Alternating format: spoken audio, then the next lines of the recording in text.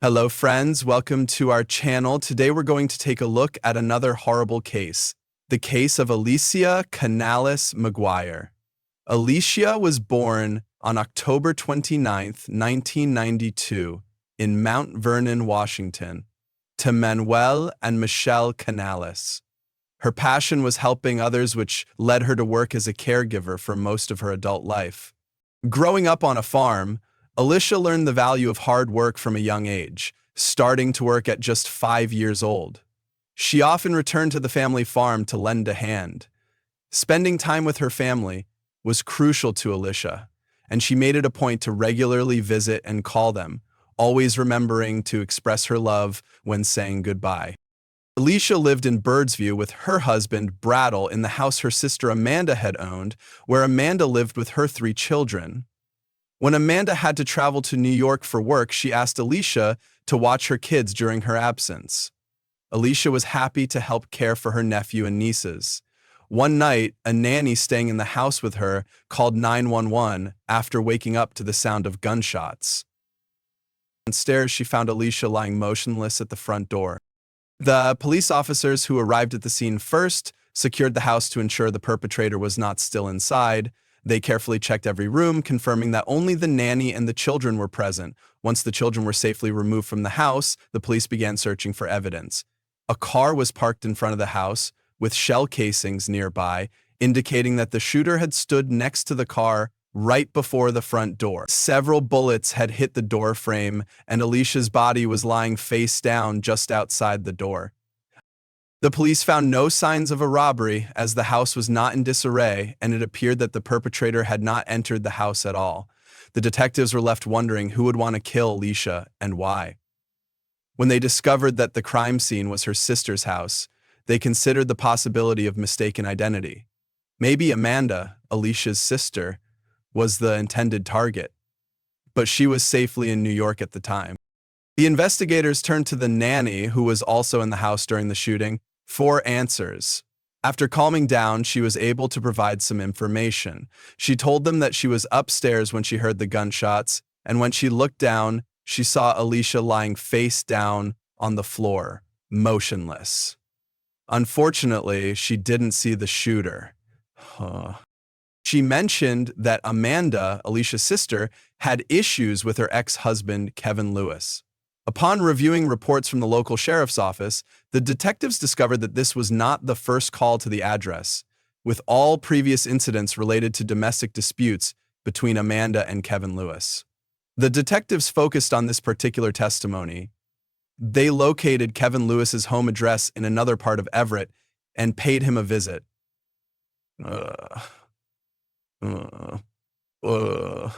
Yeah, books. Before dawn, his house was dark, and when they knocked on the door, Kevin answered. During their conversation, the officers asked if he knew where his ex-wife was, and he replied that she should be at home, appearing disheveled as if he had just woken up. The detectives asked Kevin to account for his whereabouts the previous night. He claimed to have stayed at home and stated that his sister and mother could vouch for his alibi. Notably, he didn't ask why the detectives were visiting him. He rememberedly, Aaron and Lauren reported telling police they avowed it. When the detectives told Kevin that a shooting had occurred at the house where his children lived, he showed no emotional response, which was unusual. As a parent, he should have asked about his children's well-being, but he remained silent. However, when they informed him that Amanda was out of town on business, he expressed surprise, saying, "Really?" And the conversation ended there. The detectives decided to investigate further by reviewing footage from surveillance cameras at neighboring houses. They wanted to verify Kevin's alibi that he had stayed home all night. They saw a car stop near Kevin's driveway about 40 minutes before the attack on Alicia. A person resembling Kevin then exited the house, got into the car, and drove away a few moments later. Although the footage was not clear enough to confirm it was definitely Kevin, the detectives continued to review additional camera footage. They took a closer look at the car, but that didn't help identify it. All they could determine was that it was a light-colored vehicle. They fast-forward the recording and saw the car return about 20 minutes later. This time, they noticed a crucial detail. The front right rim was different from the others. While the three other rims were light in color, the front right one was dark. The car stopped near Kevin Lewis's house, and the same person who had gotten out of the car earlier got out again and went back inside. Whoever this person was, they entered the house about 20 minutes before the 911 calls about a shooting started coming in. After that, the car left and didn't come back. Since it was a 15-minute drive from Kevin's house to Amanda's house, it's possible that the car had enough time to get to Amanda's place. However, it was too early to say whether this car was involved in the shooting at all. Oh,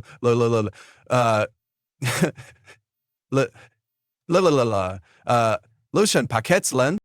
Amanda found out about her sister's death a few hours later when their father called her in New York to break the news. When investigators asked Amanda, a key witness, if she thought her ex-husband Kevin was responsible for Alicia's murder, she was adamant that he was the one. Although Amanda's 8-year marriage to Kevin Lewis ended, she struggled to acknowledge the toxic nature of their relationship. Despite their divorce in June 2017, Amanda lived in fear of Kevin, who had physically abused her in the past, leaving her with bruises. After their separation, Kevin continued to threaten her. In August 2017, Amanda was granted full custody of their 3 young children, and Kevin was ordered to provide $800 in monthly support instead of child support. This marked a fresh start for Amanda, who focused on rebuilding her life in Everett, Washington, and was grateful for the support of her family as a single mother. Kevin, a former military man, threatened to kill Amanda, and she took him seriously due to his training, believing she was the target. Amanda obtained a restraining order against Kevin, but he violated it multiple times. He would often lurk around her house, peeking through the windows, which terrified not only Amanda but also her 3 children. Despite the violations, Kevin was never charged by the police. Weeks before her sister's tragic death, Amanda was brutally beaten in her own driveway. She was getting out of her car late one night when someone launched a surprise attack. Although the assault happened quickly and she didn't see the attacker's face, Amanda was convinced that Kevin was behind it. Investigators believe 30-year-old Kevin Lewis is the prime suspect in the murder of Alicia. They think he intended to kill his ex-wife, but he was unaware that she was in New York at the time. Unbeknownst to him, Amanda had asked Alicia to babysit her children while she was away. However, there's a problem with this theory. If Kevin was the person in the footage, it would mean he was at his home during the shooting. Moreover, his sister and mother have provided him with a solid alibi. As a result, the police have continued their investigation, exploring alternative explanations for the crime. Believe you. They returned to Amanda's house to re-examine the crime scene and track the path of the bullets. The investigation revealed that Alicia was shot when the door was only partially open. The shooter fired at least 7 shots from outside the house, which entered the interior. The evidence suggests that the shooter stood next to the garage and fired, then moved towards the door and fired again from inside. The medical examiner determined that Alicia died from multiple gunshot wounds to the head and torso, with 5 shots hitting her. 2 of the wounds showed signs of gunpowder residue indicating close-range shots. While the examiner couldn't determine the exact order of the 5 shots, they believed the last 2 head wounds were likely the final ones inflicted. Furthermore, experts concluded that the 7 shell casings found at the scene came from the same gun.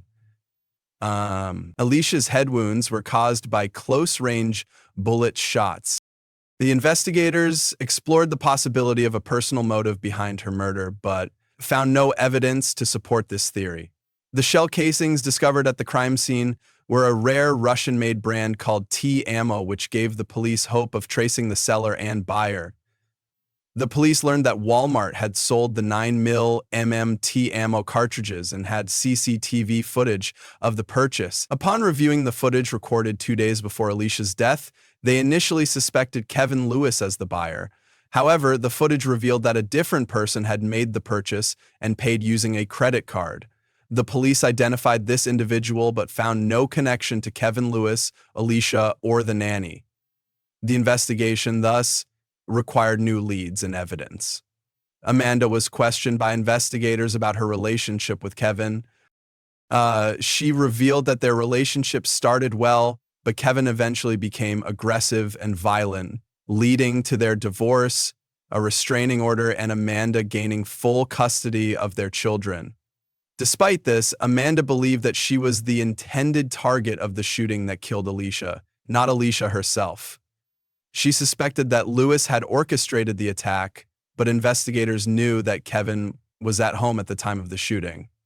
And upon re-examining the footage from the night of Alicia's death, investigators noticed something they had previously overlooked.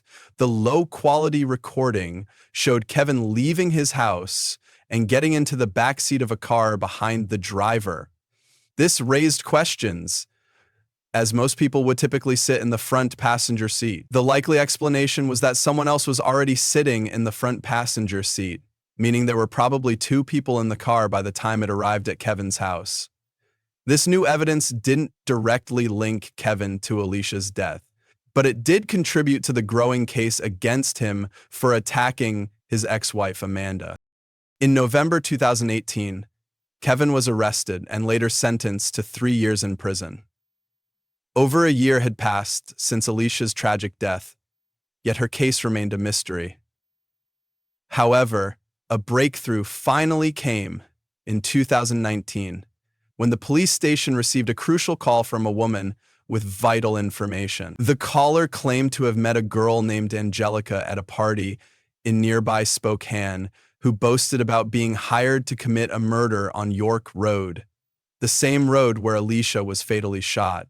Although the police were initially skeptical due to the significant distance, 5 hours, between Spokane and Everett, according to the caller, Angelica had proudly shared details about how she and her boyfriend were involved in the crime. Alexis Hale, alias Angelica, claimed a woman was fatally shot in the head, saying the killer was hired by the children's father and mistakenly targeted the wrong person. Police were interested in her detailed knowledge of the case.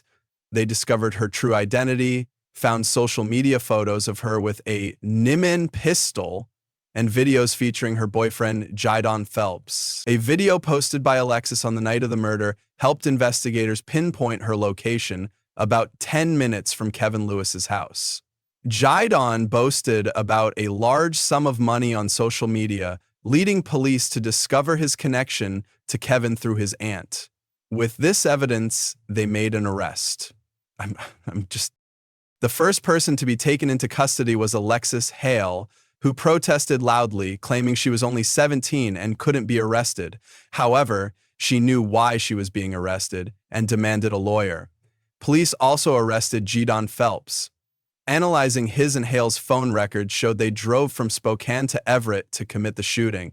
Security footage from Lewis's neighbors revealed someone in a white top leaving and returning around the time of the crime. Lewis was wearing a white top. When questioned, Phelps, in custody, revealed Kevin Lewis hired him and Hale and led police through the crime scene, pointing out the door and corner where he stood, reenacting the events, and admitted to shooting at the door when it opened slightly, then firing 2 more shots before fleeing. Kevin Lewis was already in jail for a crime when he was arrested and charged with aggravated murder with a firearm, conspiracy to commit murder, and solicitation to commit murder in connection with the September 2017 death of Alicia. In July 2020, 20-year-old Phelps pleaded guilty to premeditated first-degree murder and was sentenced to 31 years in prison. His co-defendant, 18-year-old Hale, also pleaded guilty to the same charge and received a 15-year sentence.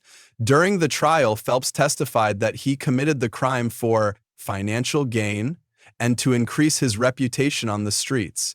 He used the money Lewis paid him to get tattoos, purchase a pair of Timberland boots, and buy a Ferragamo belt buckle. Phelps claimed that his former girlfriend had obtained the gun used in the crime from a family member and that he had given her $200. Lewis pleaded not guilty and faced trial. Okay. A mysterious track of killer bands later described clothing, small rocks, and an axe, including a sharp stone embedded in the gun. Prosecutors alleged he paid $2,400 to his cousin and girlfriend to kill his ex-wife, but they mistakenly targeted Alicia. Lewis directed them to the address, claiming he didn't know the target.